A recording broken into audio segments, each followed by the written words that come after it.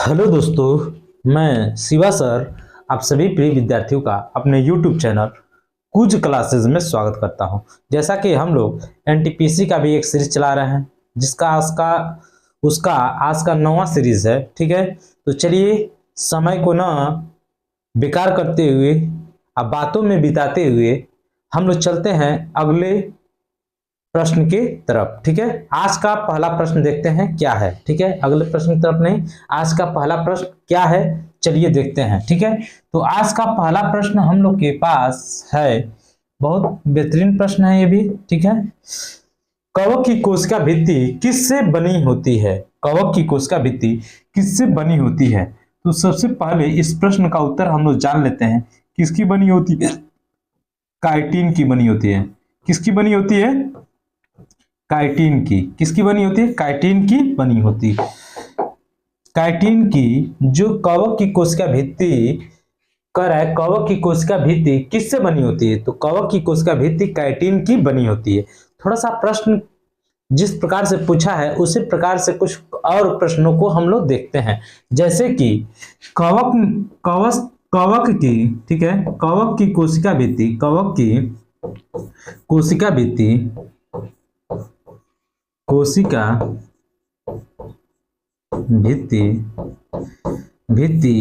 किसकी बनी होती है? काइटिन की। ठीक है, काइटिन।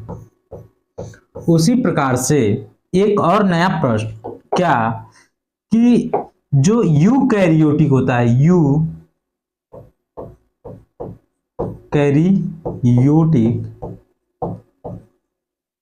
यूकैरियोटिक की कोशिका भित्ति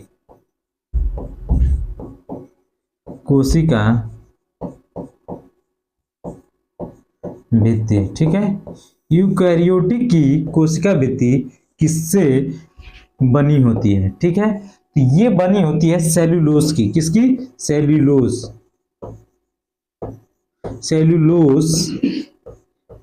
सेल्यूलोज की बनी होती है। उसी प्रकार से एक और प्रश्न देखते हैं क्या प्रोकैरियोटिक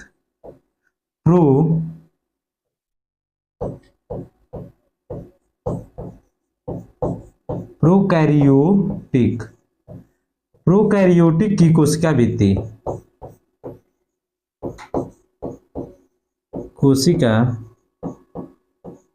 भित्ति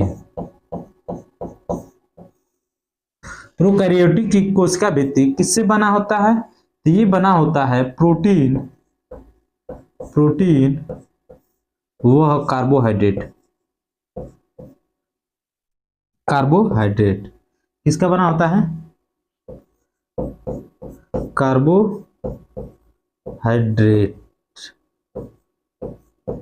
कार्बोहाइड्रेट का बना होता है।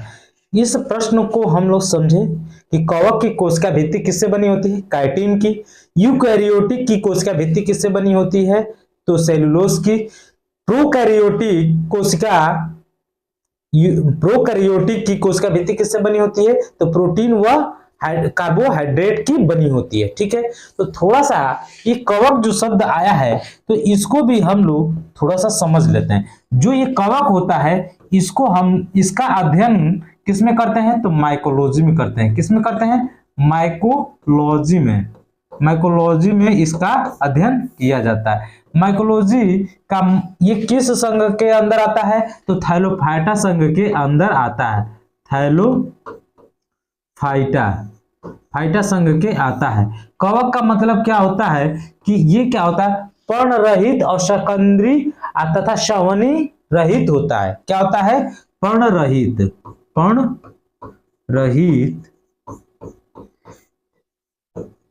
सकेंद्री और क्या होता है? श्रवण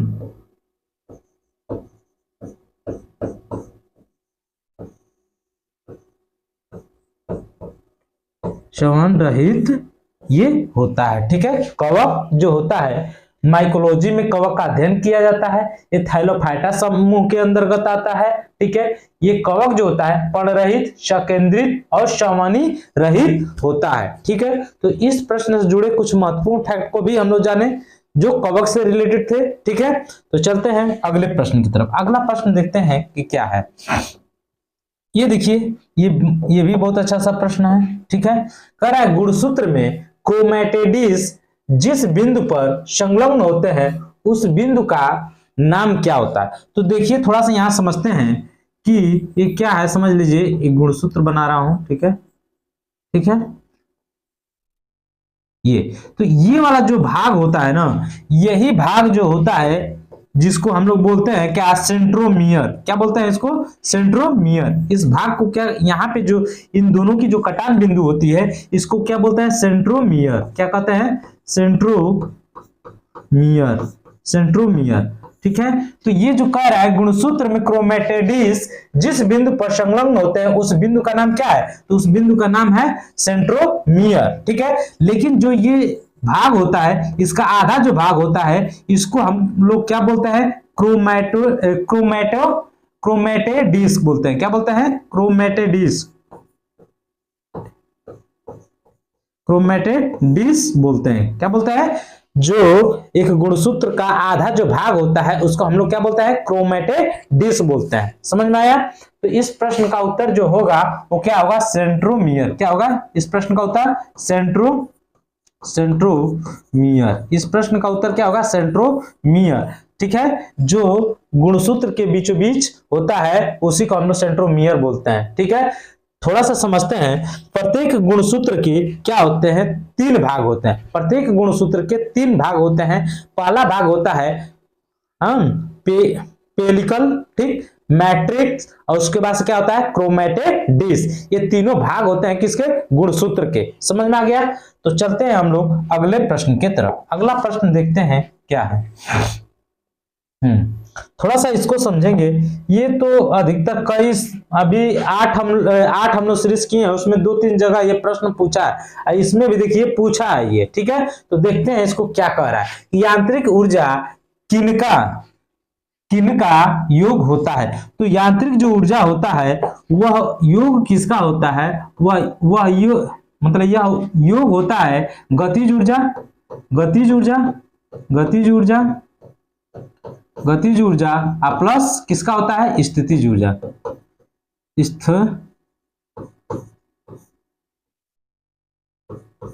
स्थितिज ऊर्जा का योग होता है। जो यांत्रिक ऊर्जा होती है वो किसका योग होता है, वह होता है गतिज ऊर्जा प्लस स्थितिज ऊर्जा।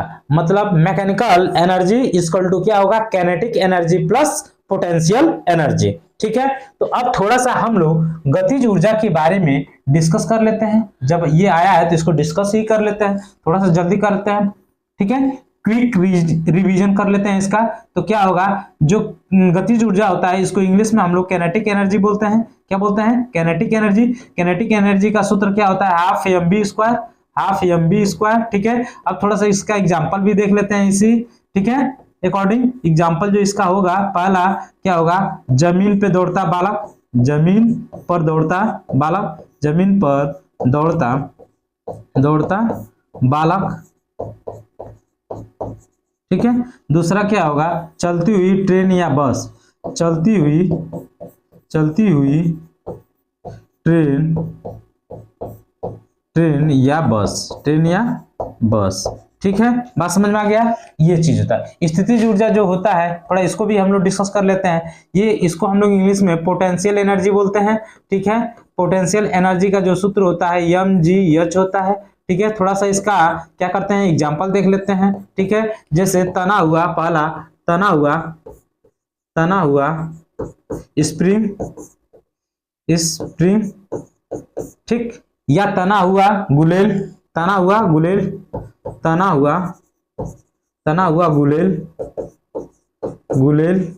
ठीक है, जैसे तना हुआ करें, दबा हुआ गद्दा। ठीक है, दबा हुआ गद्दा, दबा हुआ गद्दा, गद्दा। उसके बाद से चाबी वाली जो गाड़ी, जैसे जो घड़ी होता है, घड़ी में संचित ऊर्जा, ये भी क्या है, स्थितिज ऊर्जा का उदाहरण है। जैसे चाबी वाली घड़ी होती है। ठीक है, चाबी वाली घड़ी और चाबी वाले जो खिलौने होते हैं उसमें भी स्थितिज ऊर्जा होता है। ठीक है, तना हुआ स्प्रिंग, तना हुआ गुलेल, दबा हुआ गद्दा, हाथ में पकड़ा हुआ पत्थर। क्या होता है, हाथ में पकड़ा हुआ, हाथ में पकड़ा हुआ पत्थर, ठीक है, या छत से लटका हुआ पंखा, ये सभी के सभी क्या है, स्थितिज ऊर्जा के उदाहरण है। समझ में आ गया। अब थोड़ा सा जो स्थितिज ऊर्जा है, स्थितिज ऊर्जा में एक स्प्रिंग का सूत्र होता है, स्प्रिंग का स्थितिज ऊर्जा,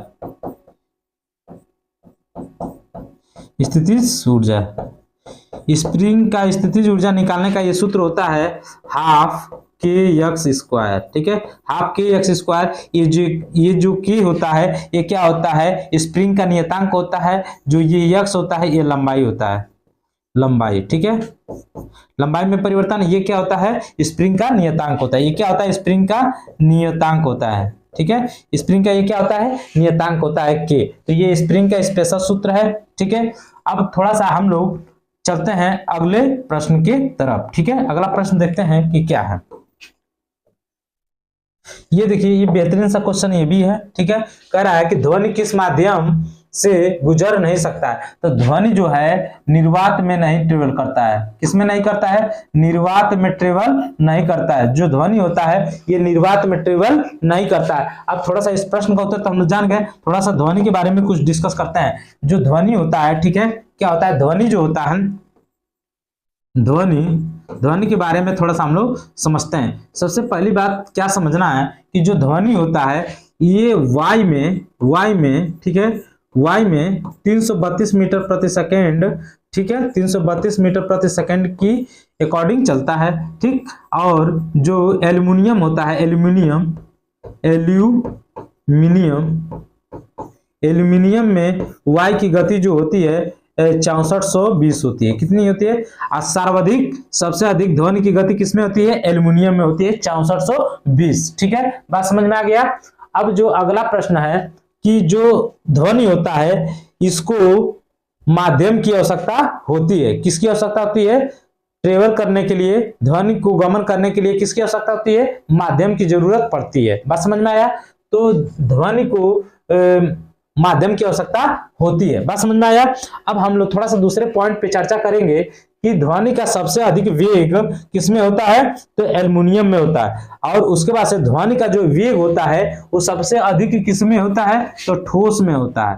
ठोस में क्या होता है, अधिक, ठोस में अधिक होता है, ठीक है। लेकिन कम, सबसे कम किसमें होता है, गैस में, ठीक है। गैस में क्या होता है, कम होता है। सबसे कम गैस में होता है, सबसे अधिक ठोस में होता है। बात समझ में आ गया। तो वाई में ध्वनि की चाल 332 मीटर प्रति सेकंड होता है। और ध्वनि का जो अधिकतम वेग होता है वो एल्युमिनियम में होता है। कितना होता है, 6420 होता है।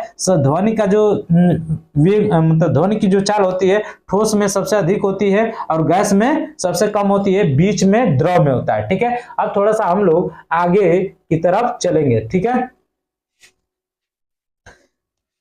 ये थोड़ा यूनिट नहीं लिखे थे।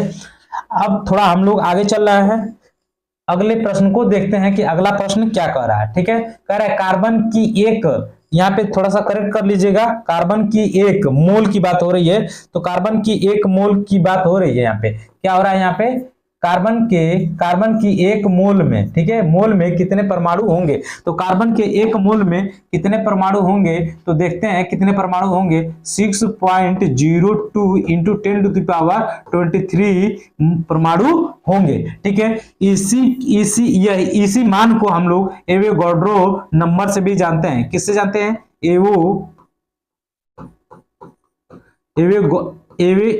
एवोगाड्रो नंबर, एवोगाड्रो संख्या के नाम से भी इसको जानते हैं। किससे जानते हैं, एवोगाड्रो संख्या के नाम से भी जानते हैं। समझ में आया।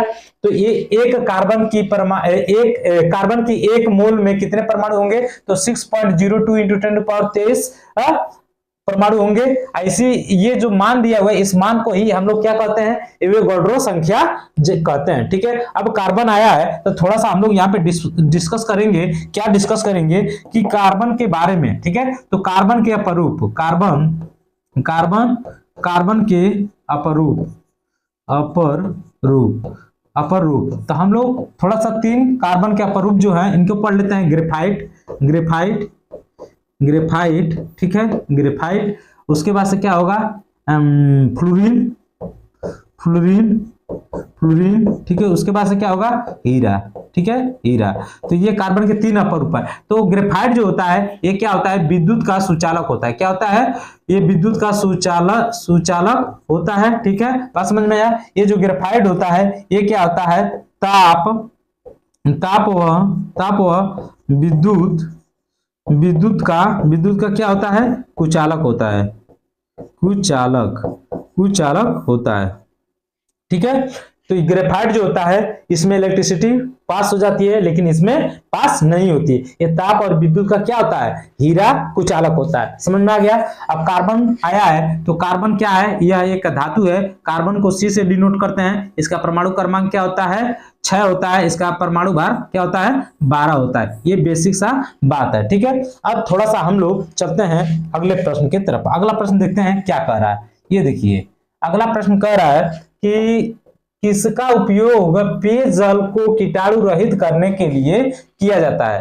तो किसका प्रयोग किया जाता है, तो किया जाता है अकॉर्डिंग टू क्वेश्चन हम लोग ब्लीचिंग पाउडर का प्रयोग करते हैं। किसका, ब्लीचिंग पाउडर का प्रयोग करते हैं। ब्लीचिंग पाउडर का प्रयोग करते हैं। किसका प्रयोग करते हैं, ब्लीचिंग पाउडर का प्रयोग करते हैं। किसके लिए, पानी को ब्लीचिंग पाउडर का प्रयोग करते हैं पानी जल को कीटाणु रहित करने के लिए, ठीक है। अब थोड़ा सा हम लोग डिस्कस क्या करेंगे कि प्रदूषित जल के कारण, ठीक है, बीमारियां, प्रदूषित जल के कारण क्या होती हैं, बीमारियां।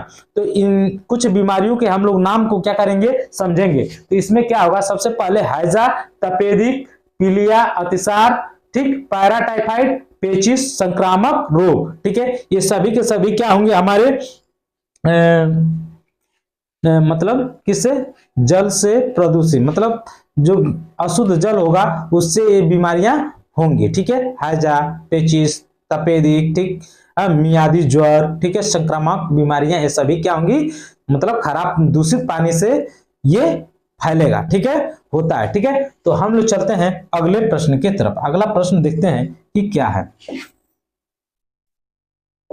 हाँ, अब देखिए ये जो प्रश्न दिया हुआ है ये क्या कह रहा है कि उद्योग में प्रयुक्त शक्ति की इकाई क्या है, शक्ति, ठीक है, पावर, शक्ति। शक्ति का तो बेसिक हम लोग शक्ति का जो बेसिक यूनिट जानते हैं वो क्या है, शक्ति का बेसिक यूनिट वाट होता है। क्या होता है, वाट होता है। लेकिन अकॉर्डिंग टू प्रश्न, अकॉर्डिंग टू क्वेश्चन, हाँ, क्या हम लोग जानते हैं वो समझिए कि उद्योग में पूछा है तो इसके लिए हम लोग किसका प्रयोग करते हैं, हॉर्स पावर का प्रयोग करते हैं। किसका, हॉर्स पावर का प्रयोग करते हैं। किसका प्रयोग करते हैं, इसका आंसर होगा हॉर्स पावर। हॉर्स पावर का प्रयोग करते हैं उद्योग में। पावर शक्ति को नापने की इकाई जो होती है वो हॉर्स पावर होता है। तो अब थोड़ा सा हम लोग एक हॉर्स पावर बराबर समझते हैं कि क्या होगा, 746 वाट होगा। क्या होगा, 746 वाट होगा, वाट, 746 वाट। एक हॉर्स पावर बराबर क्या होगा, 746 वाट होगा। तो ये उद्योग में प्रयुक्त किए जाने वाले क्या है, इकाई है हॉर्स पावर। एक हॉर्स पावर बराबर क्या होता है, 746 वाट होता है। समझ में आ गया। चलते हैं हम लोग थोड़ा सा अगले प्रश्न की तरफ। अगला प्रश्न देखते हैं कैसा है, ठीक है। ये देखिए, काम करने की क्षमता को क्या कहा जाता है। तो काम करने की क्षमता को हम लोग ऊर्जा कहते हैं। क्या कहते हैं, काम करने की क्षमता को ऊर्जा कहते हैं, ठीक है। काम करने की क्षमता को हम लोग क्या करते हैं, ऊर्जा कहते हैं। काम करने की क्षमता को हम लोग क्या कहते हैं, ऊर्जा कहते हैं, ठीक है। बात समझ में आ गया कि काम करने की दर को हम लोग, काम करने की क्षमता को ऊर्जा कहते हैं, ठीक है। नेक्स्ट प्रश्न पे चलते हैं। अगला प्रश्न देखते हैं क्या है।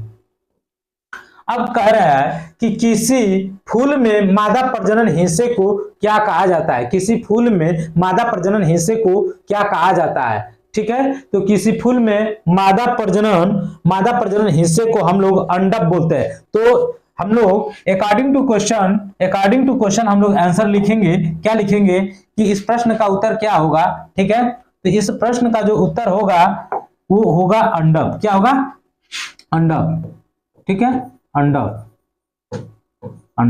ठीक है, अंडक इसका आंसर होगा, ठीक है। अब थोड़ा सा फूल आया है तो फूल के बारे में हम लोग पढ़ेंगे। क्या पढ़ेंगे कि इसमें क्या होता है, एक पुंकेसर होता है। क्या होता है, पुंकेसर, ठीक है, पुंकेसर। एक होता है जायांग, ठीक है। पुंकेसर और जयंग। पुंकेसर जो होता है यह नर भाग को डिनोट करता है। किसको? वास्तव में ये नर भाग को डिनोट करता है। जो जयांग होता है ये मादा भाग को डिनोट करता है। ठीक है, जो ये जयांग होता है इसमें क्या होता है, जो जयांग होता है इसमें क्या होता है, अंडकों का निर्माण होता है। जयांग अंडकों का निर्माण होता है। ठीक है, अंडकों का निर्माण जयांग वाले भाग में ही होता है। ये वास्तव में मादा भाग होता है, ये वास्तव में नर भाग होता है पुंकेसर। ठीक है, ये पुष्प के बारे में कुछ महत्वपूर्ण जानकारियां थी। अब थोड़ा पुष्प जो आया है, ये पुष्प का जो अध्ययन है, फूलों का जो अध्ययन है, किसमें किया जाता है? एंथ्रोपोलॉजी में। किसमें?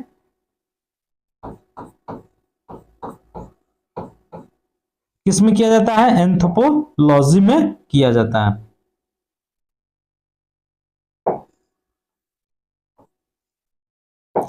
ठीक है, फूल का जो अध्ययन है किसमें किया जाता है? एंथ्रोपोलॉजी में किया जाता है। ठीक है, ये फूल जो है, फूल का अध्ययन हम लोग किसमें करते हैं? एंथोलॉजी में। एंथोलॉजी में इसका अध्ययन किया जाता है। किसमें किया जाता है? एंथ्रोपोलॉजी नहीं होता है, सॉरी, क्या होता है? एंथोलॉजी। एंथोलॉजी में पुष्प का अध्ययन किया जाता है। जो पुंकेसर होता है ये वास्तव में नर भाग होता है। जो जयांग होता है यह मादा भाग होता है। पुष्प का ये मादा भाग होता है जयांग। अब पुष्प का जो नर भाग होता है वो क्या होता है? पुंकेसर होता है। जो जयांग होता है उसमें अंडकों का निर्माण होता है। ठीक है, तो ये फूल से रिलेटेड प्रश्न था, इसको हम लोग समझे कि इसका अध्ययन किसमें किया जाता है? एंथोलॉजी में किया जाता है। चलते हैं अगले प्रश्न की तरफ। ठीक है, अगला प्रश्न देखते हैं। जो ये देखिए प्रश्न दे रहा है, ये क्या कर रहा है? बल के समीकरण में यह किसके बराबर होता है? तो जो बल होता है वह ma के बराबर होता है। किसके बराबर होता है? यह फिजिकल टू ma होता है। ठीक है, यह फिजिकल टू ma होता है इस प्रश्न का उत्तर। ठीक है, चलते हैं अगले प्रश्न की तरफ। अगला प्रश्न देखते हैं क्या है। कार्बन के निम्न अपरूपों में से धातु विज्ञान के अपचयन एजेंट के रूप में किसका उपयोग किया जाता है? तो इस प्रश्न का जो उत्तर है हम लोग अकॉर्डिंग टू किसके देखेंगे? ऑप्शन। अकॉर्डिंग टू ऑप्शन इस प्रश्न का उत्तर देखेंगे कि क्या होगा। तो अकॉर्डिंग टू ऑप्शन हम लोग देख रहे हैं, तो इस प्रश्न का उत्तर होगा हीरा। ठीक है, क्या होगा? हीरा। हीरा जो है इसका आंसर हो जाएगा। क्या होगा? हीरा। ठीक है, इसको थोड़ा सही कर लीजिए। हीरा, हीरा क्या होगा? हीरा के यौगिक नहीं होंगे। ठीक है, कार्बन के निम्न अपरूपों में से धातु विज्ञान में अपचयन एजेंट के रूप में किसका उपयोग किया जाता है? तो हीरा जो है इसका क्या होगा? यौगिक नहीं है। ठीक है, कार्बन का यौगिक नहीं है। बात समझ में आ गया? तो इस प्रश्न का उत्तर क्या हो जाएगा? हीरा। अब देखते हैं हम लोग अगला प्रश्न। ठीक है, आज की सीरीज का ये अंतिम और आखिरी प्रश्न था। मिलते हैं अगले वीडियो में। Thank you.